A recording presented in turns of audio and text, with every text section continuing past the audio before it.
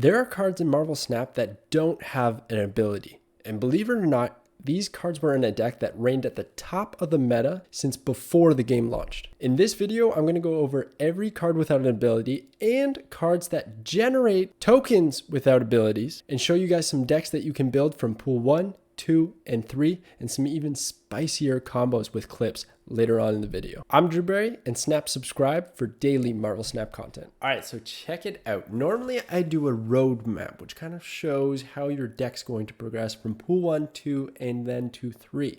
Now, this is still viable, but it's a little bit different in that pool 2, you don't really get a lot of no ability cards. It's the smallest pool in the game. It only lasts about 50 cards, and you get a lot of control type cards, which can add to the deck, but I don't think it's very essential.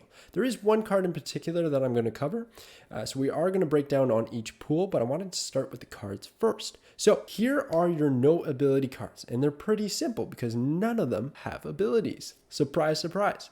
So it starts at the 0 cost with Wasp. She's 1 power. Then it goes up to the 1 cost, which is 2 power. That is a jump. It doubles. But then when we get to Shocker, it doesn't actually double. It's 3 power. It doesn't go to 4 power. Interesting, right? But he's still 2 cost. And then when we go to Cyclops, he's a 3 for 4 power. That's even worse. That's less value. There's a lot of cards that have better power than that. And then you go to the Thing, and he's a 4/6. Okay, we're getting a little bit better here. Then we go to 5/9 with Abomination, and then we go back full circle to that doubling from cost to power with the Hulk at 12 power. Now, he wasn't always 12 power. Neither was Abomination at 9. They actually got 1 power increases in the latest patch. Now, those are your cards. That is your scaling for the vanilla no effect cards, right? But what absolutely changes the game and brings these cards to life, Patriot is the no ability card. He's going to give all of these cards that don't have abilities, and this can include tokens, which we're going to get to in a second.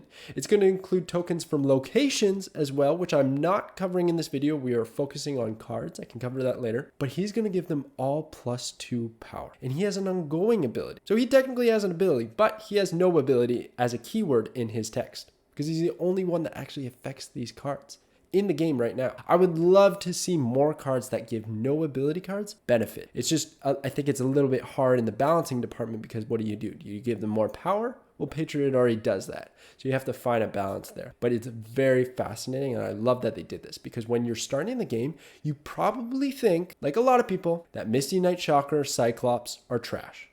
You might find an excuse to run the Thing because there's not a lot of 4-drops at the beginning that are worth playing for a lot of power. And you might find a reason to play Abomination because you just want to fill a 5-drop and get a lot of power out. And then the Hulk can actually be a good finisher across the stage. Just a lot of power. But when you get the Patriot, you're going to really love running Misty Knight, Shocker, and Cyclops because they're cheap and you can buff them up. It's great. And think about this. It's an ongoing ability. There's our cards in the game, aka the onslaught here, okay?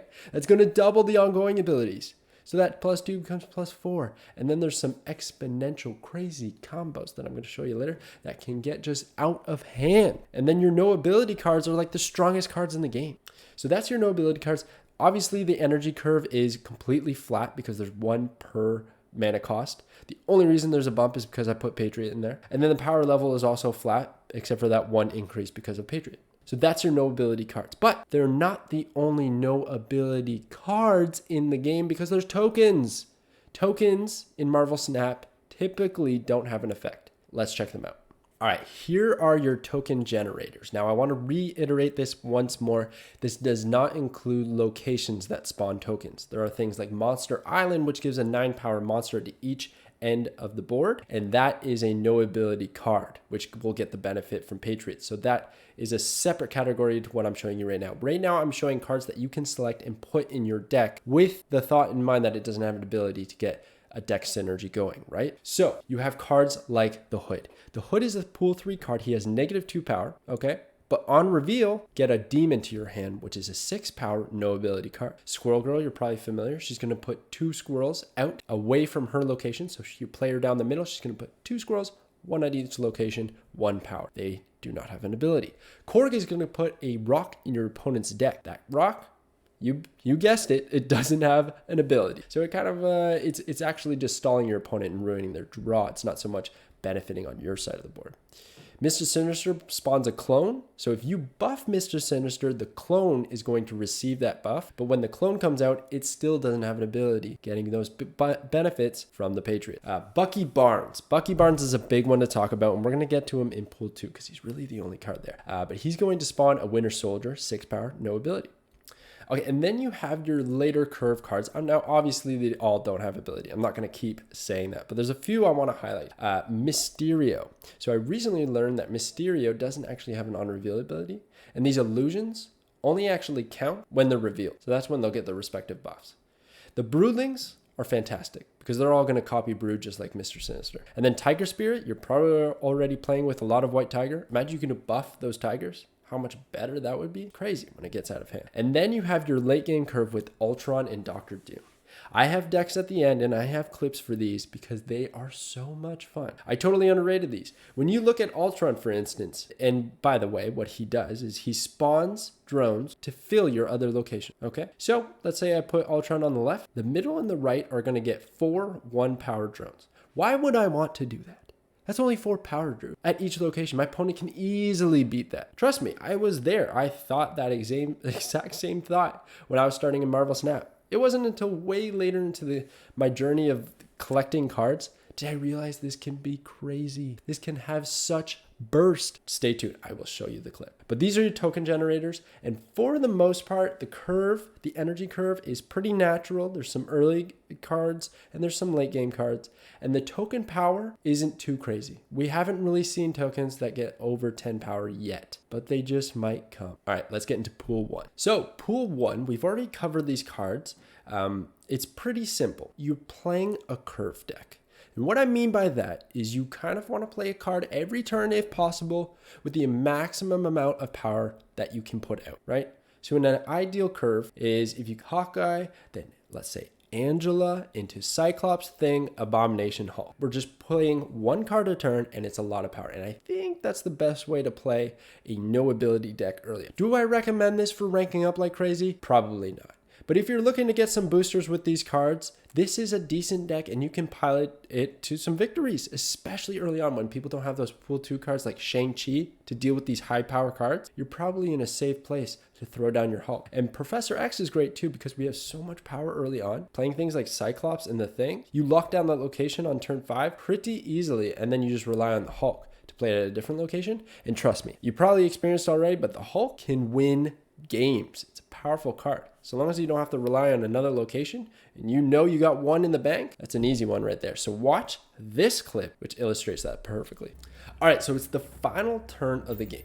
My opponent snaps and I have 4 cards hidden underneath Dark Dimension and they've got a lot of power on the right and middle. I'm going to play Hulk down the middle to get the benefit from Monster Metropolis, which is plus 3 power. So that's a 15 power Hulk with Mr. Fantastic. That's 17 down the middle. I'm feeling pretty good about it. I'm also going to take 3 from him. The 4 cards I have hidden underneath Dark Dimension is Ant-Man, Misty Knight, Abomination, and Cyclops. That's a lot of power. I knew I had that location locked. I didn't have to worry about it. Once I committed those cards, I just knew I had to play Hulk in the right spot. And in this scenario, I did, and I win the game. All right, now it's time for a very brief evolution into pool 2. Pool 2. So I know I'm kind of memeing here and I'm kind of just making a joke of it, but it is the only card in pool 2 that you can get that has some affiliation with no ability. The Winter Soldier, he's a 2 cost, 6 power, no ability card. Now, not something to just laugh at here because it is a fantastic card. I highly suggest if you're in pool 2, if you want to win some games,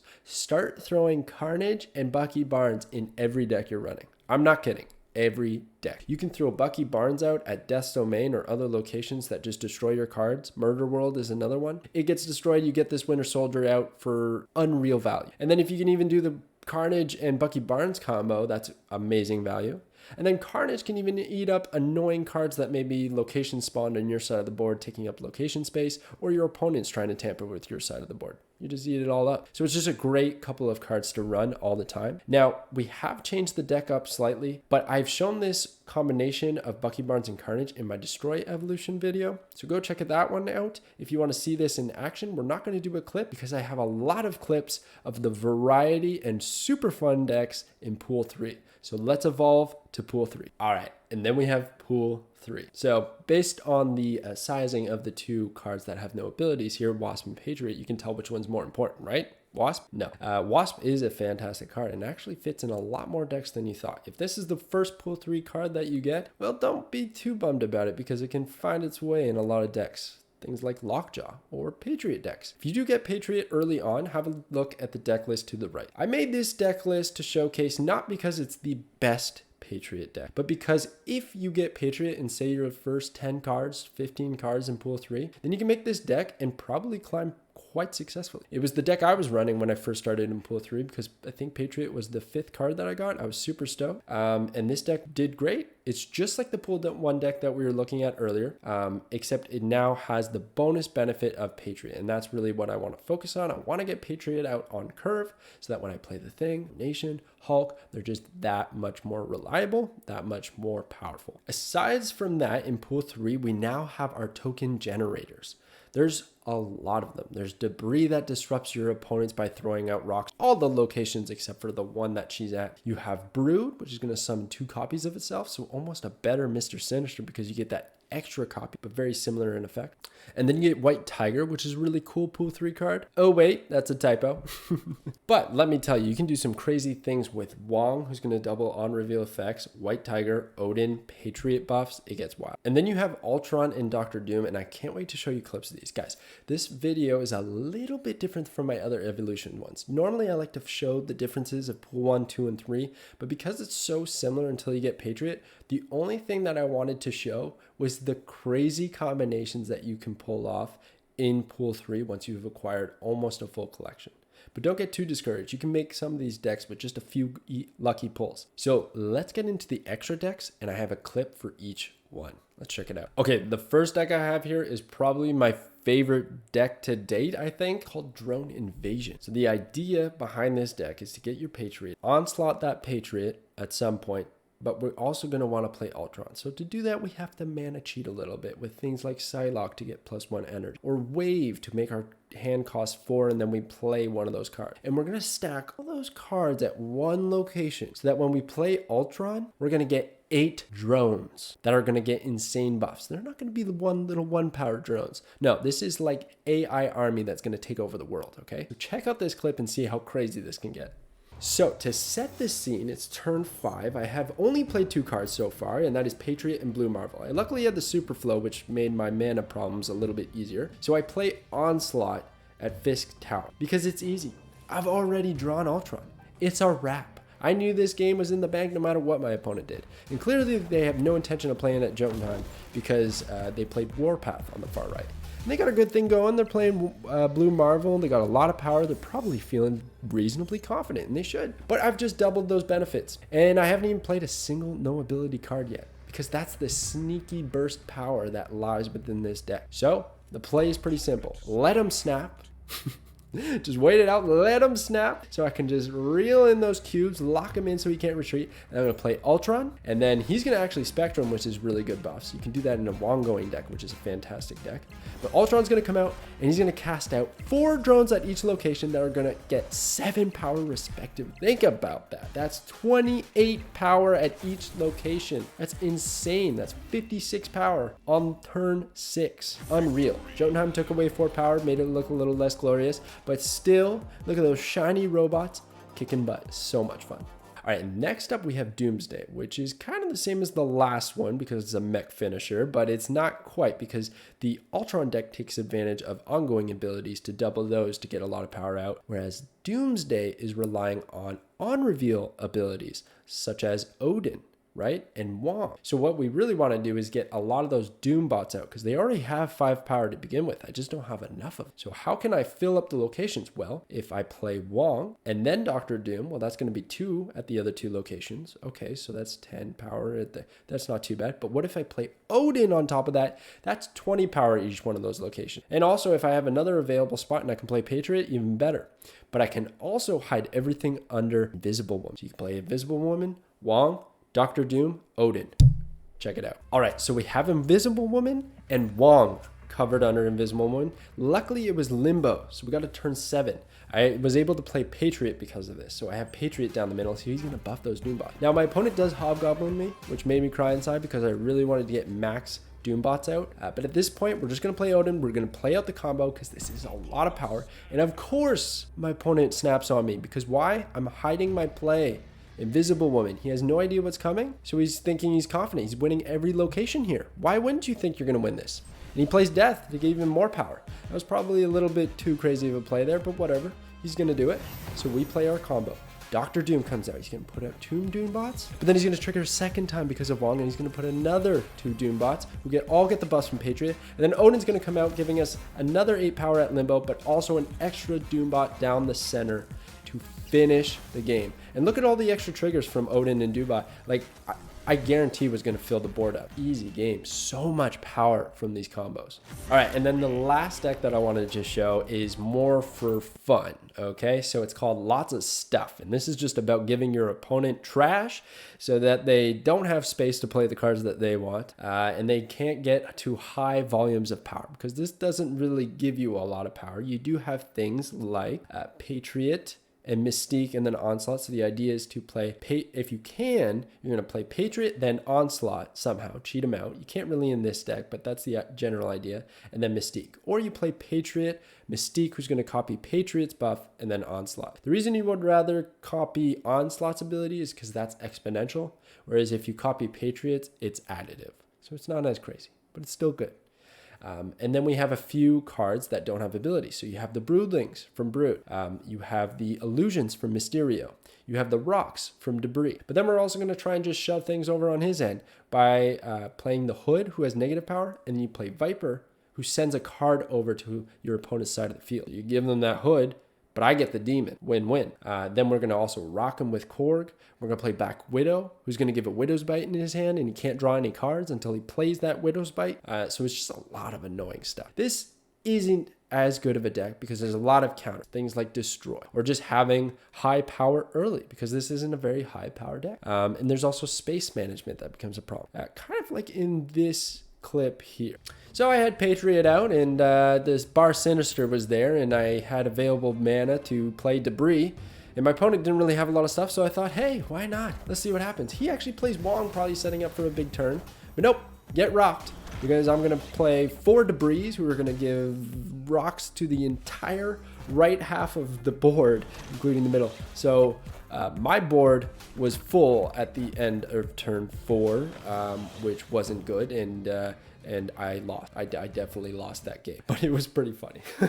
So there you go. Those are the no abilities, the tokens, the vanilla cards that are in Marvel Snap right now, and some decks to make them work, and they work. Try it out. Once you get Patriot, you're going to have a blast, but be patient. You might not get them right away. My only wish is that they add more cards moving forward that give benefits to no effect cards. Even if it was things like invulnerable, or just, I don't know, there's ways they could stretch it that would be quite interesting and add to the keyword. I love that it is a keyword in Marvel Snap, so it's really cool. Anyways, thank you so much for watching. I hope this guide helps. I have one more keyword covered, the ongoing keyword. It's going to be a really exciting one, so snap subscribe if you're not already subscribed. I'd greatly appreciate it, and I will catch you guys next time.